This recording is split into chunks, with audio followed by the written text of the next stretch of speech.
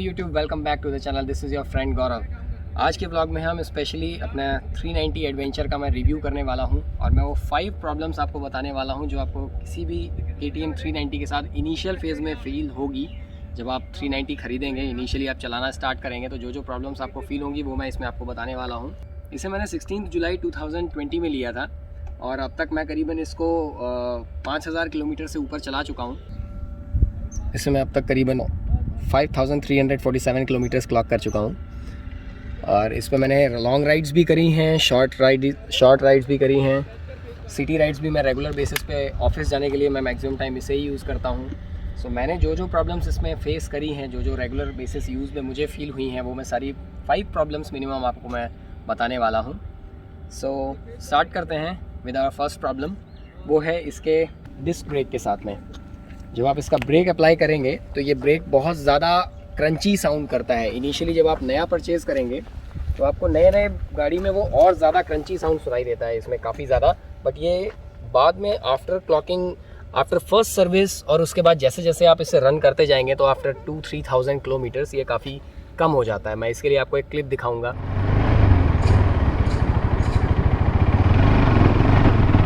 जिसमें ये मोस्टली ये साउंड आपको सुनाई देगा। अभी भी आता है बट बहुत कम है अब पहले के कंपैरिजन में। सो इनिशियल फेज़ में जब आप 3.5 लाख की अगर आप बाइक ख़रीद रहे हैं तो उसमें आपको ये प्रॉब्लम थोड़ी सी ज़्यादा इरिटेट करेगी, because when you are investing 3.5 lakhs आपको ये सब साउंड सुनना बिल्कुल अब पसंद नहीं आएगा। तो ये एक मैं फ़र्स्ट प्रॉब्लम KTM के नोटिस में डालना चाहूँगा कि they should work on this.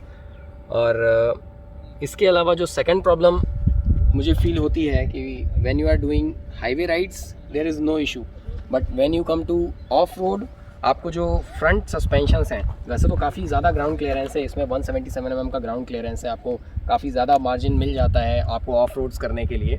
But जो सस्पेंशंस हैं वो काफ़ी स्टिफर साइड पे हैं। आपको वो जो शॉक रहेगा वो कम्प्लीटली आपके एल्बोज़ में, आपके शोल्डर्स में आपको फील होगा। तो ये चीज़ थोड़ी सी, बिकॉज इसका जो वर्जन आउटसाइड इंडिया लॉन्च हुआ है उसमें आपको सस्पेंशन एडजस्टेबल मिलते हैं, बट इंडिया में जो ये वर्जन लॉन्च हुआ है इसमें आपको एडजस्टेबल सस्पेंशंस नहीं मिलते हैं। So you can't adjust the stiffness. So ये फ्रंट सस्पेंशंस इसके काफ़ी स्टिफर साइड्स पे हैं। आपको जब भी कोई ऑफ रोड करेंगे आप, या रोड थोड़ा ज़्यादा बम्पी है, वहाँ पर आपको ये कंप्लीट जर्क जो है वो आपके एल्बोज़ और आपके शोल्डर्स में आपको फील होगा। सो सेकेंड प्रॉब्लम एक ये है इस बाइक के साथ में। और but slowly and gradually you will get to use to it. But ये एक तरीके से एक प्रॉब्लम है, बिकॉज अगर आप 1000 किलोमीटर्स या 800 किलोमीटर्स का लॉन्ग स्ट्रेच कर रहे हैं और रोड काफ़ी ज़्यादा अगर आपको ख़राब मिलता है, so you will get exhausted a little bit. और अगर इसके कंपैरिजन में हम अगर 310 GS BMW 310 GS की बात करें, सो उसका शॉकअप काफ़ी ज़्यादा सॉफ्ट है as compare to 390 ADV। So in my point of view this is the second problem that I felt on my 390 ADV। और इसके अलावा जो थर्ड मोस्ट प्रॉब्लम है वो इनिशियल फेज़ में जब आप नई बाइक खरीदेंगे तो जो थर्ड मोस्ट प्रॉब्लम मुझे फील हुई थी वो थी इसके गियर्स। इसका गियर शिफ्टिंग जो है वो इतना ज़्यादा हार्ड साइड में है कि इनिशियल फर्स्ट 3000 किलोमीटर्स आपको इतना ज़्यादा हार्ड फील होगा। क्विक शिफ्टर, इवन अगर आप you are using quick shifter, still आपको कोई ऐसा लगेगा जैसे क्विक शिफ्टर आपका एकदम फेक दिया हुआ है बाइक में। It is just for writing on manual. So initial first 3-4,000 kilometres में आपको गियर शिफ्टिंग बहुत ज़्यादा हार्ड लगने वाली है। इवन अब जब मैंने इसे 5000 किलोमीटर्स क्लॉक कर लिया है, अब मुझे थोड़ा सा ये गियर शिफ्टिंग इसकी थोड़ी सी यूजुअल हो गई है। इवन अगर मैं क्विक शिफ्टर में भी यूज़ करता हूँ तो मुझे गियर शिफ्टिंग अब थोड़ी सी नॉर्मल लगने लगी है। बट शुरुआत में जब मैंने ये बाइक ली थी तो मुझे थोड़ा सा डर लग गया था कि कहीं गाड़ी में कुछ प्रॉब्लम तो नहीं है गियर शिफ्टिंग के regarding. So this is the third most problem, आपका गियर शिफ्टिंग का issues in initial first 3 gears.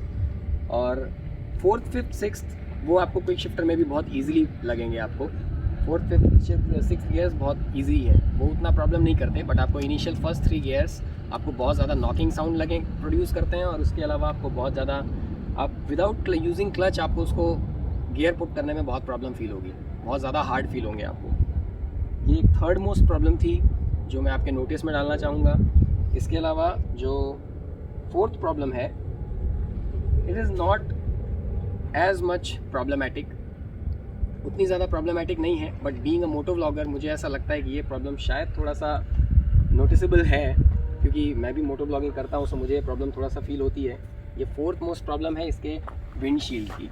अगर आप यहाँ देखेंगे तो मैंने एक आफ्टर मार्केट विंडशील्ड इसमें लगाई हुई है फ्रॉम हाइपर राइडर्स। इसके अलावा आपको जीवी की भी मिलेगी ये विंडशील्ड। तो ये विंडशील्ड इसकी जो जनरली आती है वो ओनली इतने हाइट तक की रहती है, यहाँ तक का। यहाँ तक आपकी लाइट है, हेडलाइट है, हेडलाइट के बाद आपको ये यहाँ तक की ही आपको विंडशील्ड मिलती है। So if you are doing a motor blogging तो आपको विंड ब्लास्ट काफ़ी ज़्यादा फील होगा। अगर आप 100-120 के स्पीड पे क्रूज़ कर रहे हैं तो आपको काफ़ी ज़्यादा विंड ब्लास्ट अपने चेस्ट पे फील होने वाला है। So it is a problem for moto bloggers, but manageable. आप इस ये उतना ज़्यादा प्रॉब्लमेटिक नहीं कहूँगा इसको मैं, बट मैनेजेबल है, but still it is a problem. Because अगर आप किसी भी बड़े ऑफ रोडर में देखिए, चाहे वो अफ्रीका ट्विन हो या BMW 1250 GS हो, सब में विंड ब्लास्ट को प्रोटेक्ट करने के लिए, even Trump tiger also wind blast को प्रोटेक्ट करने के लिए उसके वाइज़र बहुत बड़े दिए जाते हैं, इवन जो आपके चिन तक कम से कम प्रोटेक्ट करें फ्रॉम विंड ब्लास्ट। सो इसीलिए मैंने इसे आफ्टर मार्केट लगवाया था, बिकॉज इसका जो आता है विंडशील्ड आती है वो बहुत ज़्यादा छोटी रहती है इसके कंपैरिजन में। So it gives a big look to bike also, and it protects you from wind blast also. So I think in my point of view it is a flaw in this bike, but most of you guys may not feel it like a problem, but in my point of view it is a problem on the bike. और इसके अलावा जो मैं एक और problem आपको notice में डालना चाहूँगा, actually let's don't count this in a problem, it's just a bonus one, but जो एक मेन प्रॉब्लम जो मैं आपके नोटिस में इसमें डालना चाहूँगा वो है इसका low end torque. Most of moto bloggers भी, अगर आप ड्रीम चेज़र का देखते हैं या इसके अलावा JS फिल्म ने भी ली है, बुलू पटनायक का भी अगर आप मोटो ब्लॉग देखते हैं तो उन्होंने भी ये चीज़ मेंशन करी है कि इसका लो एंड टॉर्क काफ़ी ज़्यादा ख़राब है। मींस गाड़ी अगर आप बहुत ज़्यादा कम आपका RPM हो जाता है, और अगर आपका गियर इवन फर्स्ट गियर पे भी अगर आपका RPM 1000 से बिलो हो जाता है, आपकी स्पीड 9-10 के आसपास हो जाती है, और आप विदाउट यूजिंग क्लच अगर आप एक्सीलेटर लेते हैं तो गाड़ी स्टॉल कर जाएगी, गाड़ी बंद हो जाएगी। सो ये एक लो एंड टॉर्क का इशू मुझे इसमें थोड़ा लगता है। आपको हर समय रेव करते रहना पड़ेगा ताकि आपकी गाड़ी बंद ना हो। सो एक लो एंड टॉर्क का इसमें प्रॉब्लम है, और आपको इसके लिए क्या है, धीरे धीरे आप हैबिचुअल हो जाएंगे। आप कंटिन्यूसली इस बाइक को जब चलाते रहेंगे so you will gate habitual, आपके हैबिट में आ जाएगा कि आपको उसको कितना स्पीड रेंज, कितना रेव रेंज आपको उसमें मेंटेन करनी है। सो फिर उसके बाद गाड़ी स्टॉल होना बंद हो जाएगी, बिकॉज आप हैबिचुअल हो जाओगे। But this is a problem with the KTM 390 adventure. आपका लो एंड टॉर्क इस गाड़ी में बहुत ज़्यादा ख़राब है। The next problem in our list is the seat height. So अगर आप 5'8", 5'9" या अगर आप 5'8" से ज़्यादा हाइट के हैं, जैसे मेरी हाइट ले लीजिए, मैं 5'8" का हूँ, सो मेरे दोनों साइड में टोज टच करते हैं। बट अगर आपकी हाइट 5'8" से भी कम है so you will feel a little bit problem in riding this bike. आपका या तो एक साइड आपका पैर टच होगा, दूसरे साइड में आपका पैर टच नहीं होगा। So you have to manage in that way. अगर मैं आपको दिखाता हूँ इसमें बैठ के, अभी वैसे थोड़ा ग्राउंड, हम लोग पानी के पास खड़े हुए हैं तो थोड़ा सा ग्राउंड दबा हुआ है, बट स्टिल मेरे दोनों साइड में टोज टच हैं, दोनों साइड मेरे टोज प्रॉपरली टच हो रहे हैं। सो मैं ईज़िली इस बाइक को मैं मैनेज कर लेता हूँ। बट सम केस अगर आपकी हाइट थोड़ा सा आप ज़्यादा ऑफ रोडिंग में है तो भी मेरी हाइट थोड़ी कम पड़ जाती है। सो अगर आप मतलब 5'8" तक के हैं तो आपके लिए no issues in riding. But अगर आपकी हाइट 5'8" से कम है सो आपको you have to learn before doing the off roads, you have to learn how to ride an adventure bike before doing the off roads. और इसके साथ ही अगर आप जैसे 5'8" के हैं, मगर 5'8" या अबव हाइट का होने में आपको एक डिसएडवांटेज भी है आपको इसमें, वो ये कि when you are doing the saddling, अगर आप सैडलिंग कर रहे हैं, बिकॉज हाईवेज़ पे जब आप लंबा राइड करते हैं 800 किलोमीटर्स 900 किलोमीटर्स, सो आपको बहुत time you will start feeling pain in your bum. So at that time you need to do the saddling, आपको सैडल करना पड़ता है। सो अगर आप 5'8" से ज़्यादा हाइट के होते हैं, जैसे मैं अगर इसमें स्टैंड करता हूँ प्रॉपरली, सो आप देखेंगे मुझे थोड़ा सा झुकना पड़ रहा है इसके हैंडल बार्स को प्रॉपरली ग्रैब करने के लिए।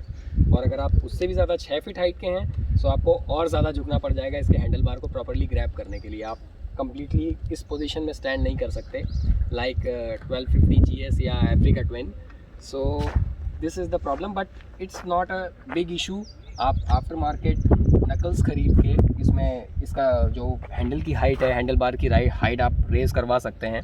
सो it's not a big issue, but the main issue that you need to address before buying this bike is the height problem. if your height is below 5'8", I think you should first take a ride on an adventure bike and learn how to ride it. So this is the main problems that I wanted to put in your notice.